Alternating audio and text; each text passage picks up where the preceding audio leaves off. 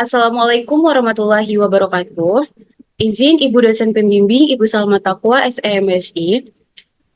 Di sini kami akan mempresentasikan video project based learning 2, di mana di sini laporannya itu ya tentang identifikasi dan analisis penerapan perlakuan akuntansi, liabilitas keuangan, dan ekuitas dalam laporan keuangan empiris pada perusahaan manufaktur. Di mana di sini kami mengambil dua laporan keuangan perusahaan manufaktur, yaitu perusahaan Unilever Indonesia Tbk dan PT Gudang Garam Tbk. Sebelumnya izinkan saya memperkenalkan anggota kelompok kami, di mana saya sendiri Alicia Judetris dengan NIM 22133007 dengan sebagai moderator dan rekan saya. Perkenalkan, nama saya Alivia Keisa Zahra dengan NIM 221333006. Dan saya Arifin Noveri dengan NIM 221333013. Baik, di sini kami akan menjelaskan tentang perusahaan manufaktur PT Unilever Indonesia Tbk, di mana di sini kami akan menjelaskan tentang perlakuan liabilitas keuangan dan ekuitasnya. Kemudian ada komponen liabilitas keuangan dan ekuitasnya. Selanjutnya yaitu kebijakan akuntansi terkait laporan keuangannya. Dan menjelaskan PT Gudang Garam, di mana ada identifikasi perlakuan liabilitas keuangan dan ekuitasnya. Kemudian komponen liabilitas keuangan dan ekuitasnya, dan terakhir yaitu kebijakan akuntansi terkait laporan keuangan PT Gudang Garam Tbk. Baik, di sini saya akan menjelaskan perusahaan manufaktur yang pertama yaitu PT Unilever Indonesia Tbk. Berikut laporan posisi keuangan PT Unilever Tbk pada bagian liabilitas dan ekuitasnya. Next. Yang pertama yaitu mengidentifikasi perlakuan akuntansi liabilitas keuangan dan ekuitas pada PT Unilever Indonesia Tbk. Untuk menjelaskan identifikasinya sendiri, pada tahun 2023 sesuai PSAK 71 perlu memperhatikan beberapa poin penting dalam standar tersebut. Berikut penjelasannya. Yang pertama yaitu liabilitas keuangan diklasifikasikan sebagai diukur pada biaya perolehan diamortisasi atau FVTPL, yaitu suatu liabilitas keuangan yang diklasifikasikan sebagai FVTPL jika diklasifikasikan sebagai untuk diperdagangkan, derivatif, atau dilakukan pendapatan pada saat pengakuan awal. Adapun liabilitasnya yaitu pinjaman bank, utang usaha, dan liabilitas jangka pendek lainnya yang pada awalnya diakui pada nilai wajar ditambah biaya transaksi dan selanjutnya diukur pada biaya perolehan diamortisasi menggunakan metode suku bunga efektif. Bahan bunga dan keuntungan dan kerugian selisih kurs diakui pada laba rugi. Selanjutnya yaitu penjelasan tentang identifikasi komponen liabilitas keuangan dan ekuitas. Yang pertama yaitu ada komponen liabilitas keuangannya yang terdiri atas yang pertama pinjaman bank, di mana pinjaman ini merupakan fasilitas pinjaman tanpa jaminan yang digunakan untuk keperluan modal kerja sendiri, yaitu terdiri dari pihak ketiga dalam jumlah rupiah, yaitu pada PT Bank HSBC Indonesia. Dan pada tahun 2023 itu tidak terdapat pinjaman bank. Namun pada tahun 2022 terdapat pinjaman sebesar 600 juta. Selanjutnya yaitu utang usaha. Kemudian ada utang pajak.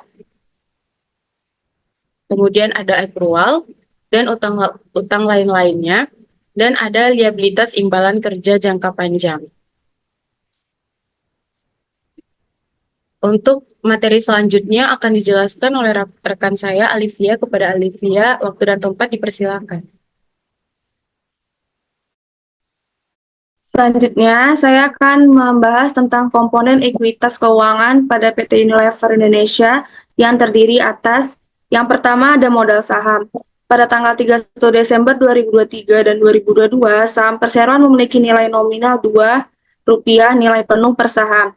Rincian kepemilikan saham perseroan pada tanggal 31 Desember 2023 dan 2002, di mana pemegang sahamnya adalah Unilever Indonesia Holding, pemegang saham publik, dan kedua ada modal saham yang beredar.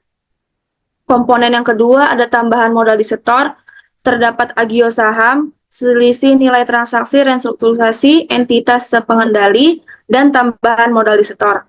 Agio saham merupakan selisih antara harga jual 3.175 nilai penuh rupiah per saham dengan nilai nominal sebelum pemecahan saham Rp1.000 nilai penuh per saham untuk 9.200.000 saham yang dijual melalui Bursa Efek di Indonesia pada Desember 1981 setelah dikurangi kapitalisasi ke modal saham melalui pembagian Rp4.783.333 saham bonus senilai Rp4.783.333 nilai penuh pada tahun 1993.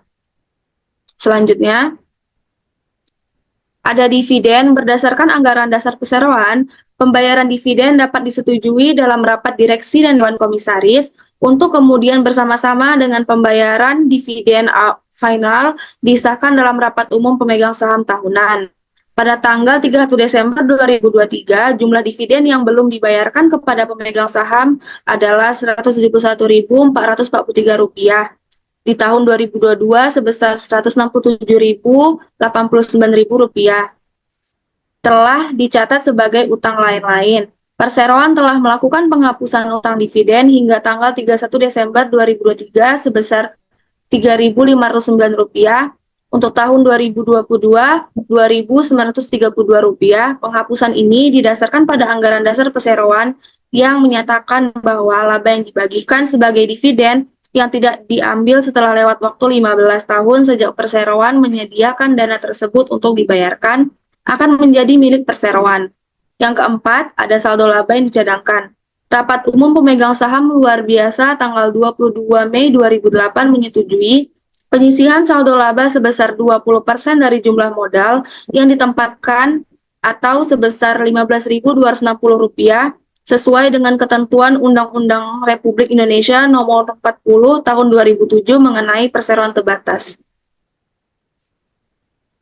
Selanjutnya, kita akan membahas identifikasi kebijakan akuntansi, liabilitas keuangan, dan ekuitas. Yang pertama, kebijakan akuntansi terkait liabilitas keuangan. PT Unilever Indonesia Tbk mengklasifikasikan liabilitas keuangan seperti pinjaman bank, utang usaha, akrual, utang lain-lain, dan liabilitas sewa sebagai liabilitas keuangan yang diukur pada biaya perolehan diamortisasi. PSAK 71 mengatur bahwa liabilitas keuangan harus diukur dan diakui berdasarkan biaya perolehan diamortisasi sesuai dengan kebijakan akuntansi yang dinyatakan dalam laporan keuangan perusahaan. Pada tanggal 31 Desember 2023 dan 2022, liabilitas keuangan perseroan terdiri dari pinjaman bank, utang usaha, akrual, utang lain-lain, dan liabilitas sewa diklasifikasikan sebagai liabilitas keuangan yang diukur pada biaya perolehan diamortisasi. Pengelolaan risiko keuangan termasuk risiko likuiditas dilakukan dengan memantau proyeksi arus kas dan arus aktual perusahaan. Setelah perolehan awal, liabilitas sewa diukur pada biaya perolehan diamortisasi menggunakan metode suku bunga efektif. Liabilitas sewa diukur kembali ketika terdapat perubahan pembayaran sewa masa depan yang timbul dari perubahan indeks atau suku bunga jika ada perubahan estimasi perseroan atas jumlah diperkirakan akan dibayar dalam jaminan nilai residual. Nilai wajar aset dan liabilitas keuangan diestimasi untuk keperluan pengakuan dan pengukuran atau untuk keperluan pengungkapan. Nilai wajar ditentukan menggunakan hierarki dari input-input yang digunakan dalam teknik penilaian aset dan liabilitas. Selanjutnya, yang pertama itu ada harga kuotasian tidak disesuaikan dalam pasar aktif untuk aset atau liabilitas yang identik atau level 1. Yang kedua, input selain harga kuotasian yang termasuk dalam level 1 yang dapat diobservasi untuk aset dan liabilitas baik secara langsung misalnya harga atau secara tidak langsung misalkan derivasi dari harga level 2. Yang ketiga, input untuk aset atau liabilitas yang bukan berdasarkan data pasar yang dapat diobservasi atau input yang tidak dapat diobservasi pada level 3. Yang kedua, ada kebijakan akuntansi terkait ekuitas. Ekuitas perusahaan seperti modal saham, tambahan modal disetor, saldo laba yang dicadangkan, dan saldo laba yang belum dicadangkan diakui dan diungkapkan sesuai dengan ketentuan PSAK yang berlaku. Pengungkapan ekuitas perusahaan harus mencakup informasi yang relevan dan memadai agar para pemakai laporan keuangan dapat memahami posisi keuangan perusahaan. PSAK 71 juga mengatur pengakuan dan pengukuran ekuitas perusahaan, termasuk pengungkapan yang relevan untuk memastikan informasi keuangan yang transparan dan akurat. Selanjutnya, kita akan masuk ke perusahaan kedua, yaitu perusahaan manufaktur PT Gudang Garam Tbk, dan ini adalah laporan posisi keuangannya pada bagian liabilitas dan ekuitas. Selanjutnya kita masuki pembahasan yang pertama, yaitu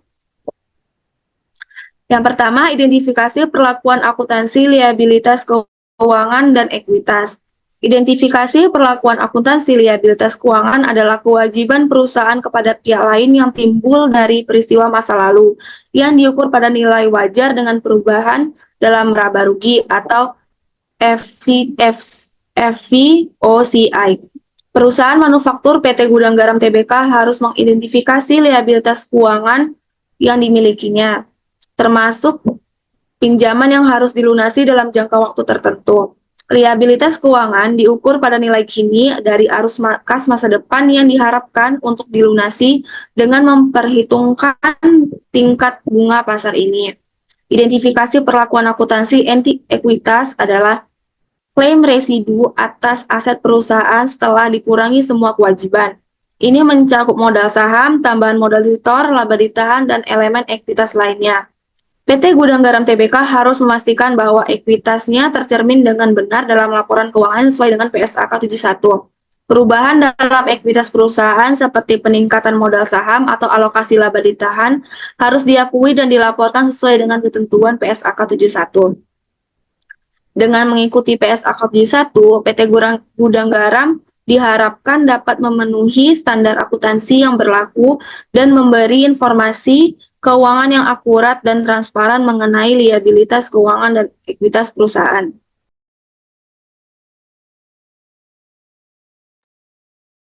Baik, untuk materi selanjutnya yaitu identifikasi komponen liabilitas keuangan dan ekuitas yang akan dijelaskan oleh rekan saya Arifin. Kepada Arifin, waktu dan tempat dipersilakan.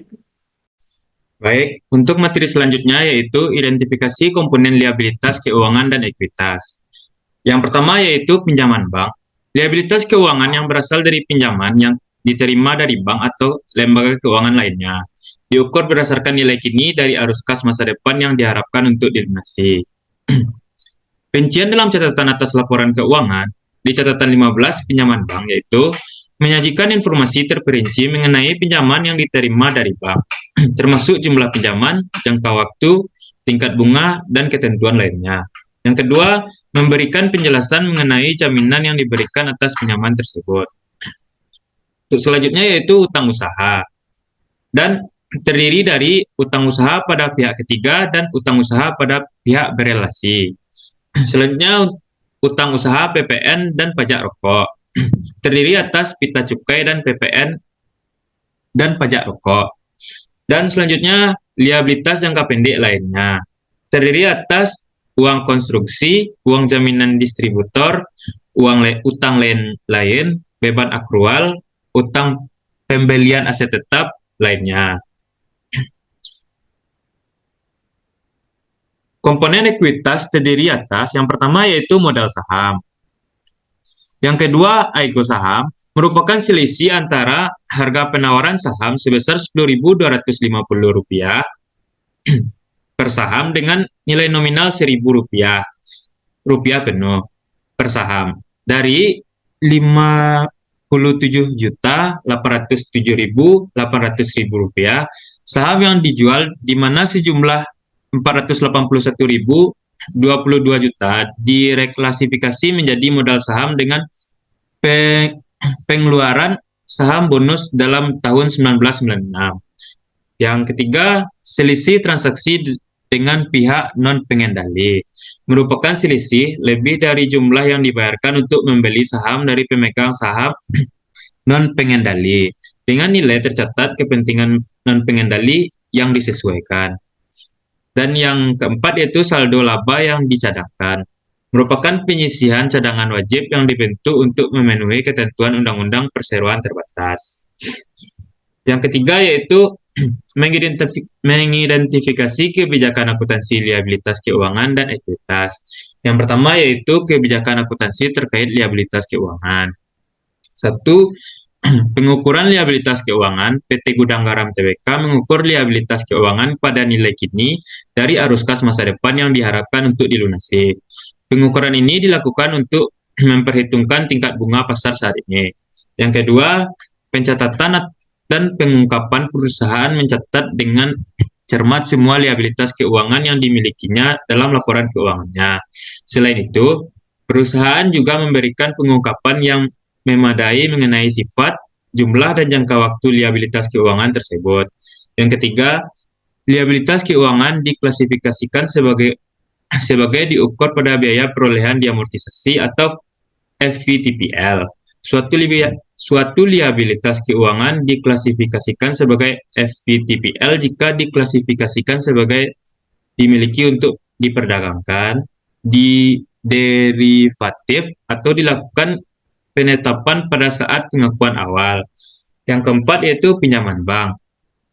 Utang usaha dan liabilitas jangka pendek lainnya pada awalnya diakui pada nilai wajar, ditambah biaya transaksi, dan selanjutnya diukur pada biaya perolehan diamortisasi menggunakan metode suku bunga efektif. Beban bunga dan keuntungan dan kerugian selisih kurs diakui pada laba rugi. Setiap keuntungan atau kerugian dari penghentian pada pengakuan juga diakui dalam laba rugi. Yang B yaitu kebijakan akuntansi terkait ekuitas. Yang pertama, pengukuran ekuitas. Ekuitas perusahaan termasuk modal saham, tambahan modal di sektor, laba ditahan, dan elemen ekuitas lainnya. Diukur berdasarkan nilai yang tercermin dalam laporan keuangan sesuai dengan PSAK 71. Yang kedua, pencatatan perubahan ekuitas. PT Gudang Garam Tbk mencatat setiap perubahan dalam ekuitas perusahaan, seperti peningkatan modal saham, alokasi laba ditahan, dan perubahan lainnya, sesuai dengan ketentuan PSAK 71. Dan yang ketiga yaitu pengungkapan ekuitas. Perusahaan memberikan pengungkapan yang memadai mengenai komponen-komponen ekuitasnya dalam laporan keuangan, sehingga pemangku kepentingan dapat memahami struktur modal perusahaan dengan jelas. Baik, sekian materi yang dapat saya sampaikan. Saya kembalikan kepada moderator. Baiklah, saya di sini akan menjelaskan tentang kesimpulan dari laporan PJBL 2 ini. Berdasarkan laporan analisis mengenai penerapan perlakuan akuntansi, liabilitas keuangan, dan ekuitas dalam laporan keuangan perusahaan manufaktur PT Unilever Indonesia Tbk dan PT Gudang Garam Tbk, dapat diambil beberapa kesimpulan sebagai berikut. Yang pertama yaitu perlakuan akuntansi, liabilitas keuangan, dan ekuitas sesuai dengan PSAK 71 telah diterapkan dengan baik oleh kedua perusahaan manufaktur tersebut dan menunjukkan ketaatan terhadap standar akuntansi yang berlaku. Yang kedua, komponen liabilitas keuangan dan ekuitas dalam laporan keuangan perusahaan telah diidentifikasi dengan jelas, memperlihatkan transparansi dalam pelaporan keuangannya. Yang terakhir yaitu kebijakan akuntansi terkait liabilitas keuangan dan ekuitas yang sesuai dengan PSAK 71 telah diterapkan secara konsisten, memberikan kepercayaan kepada para pemangku kepentingan terkait informasi keuangan perusahaannya. Melalui analisis ini, dapat dipahami bagaimana PT Unilever Indonesia Tbk dan PT Gudang Garam Tbk mengelola dan menerapkan akuntansi liabilitas keuangan dan ekuitasnya sesuai dengan PSAK 71, serta memberikan gambaran tentang praktik akuntansi di perusahaan-perusahaan manufaktur terkemuka di Indonesia. Baiklah, mungkin sekian video presentasi yang dapat kami jelaskan pada hari ini. Apabila ada kesalahan kata atau penempatan kata, mohon dimaafkan. Wabillahi taufiq wal hidayah. Wassalamualaikum warahmatullahi wabarakatuh.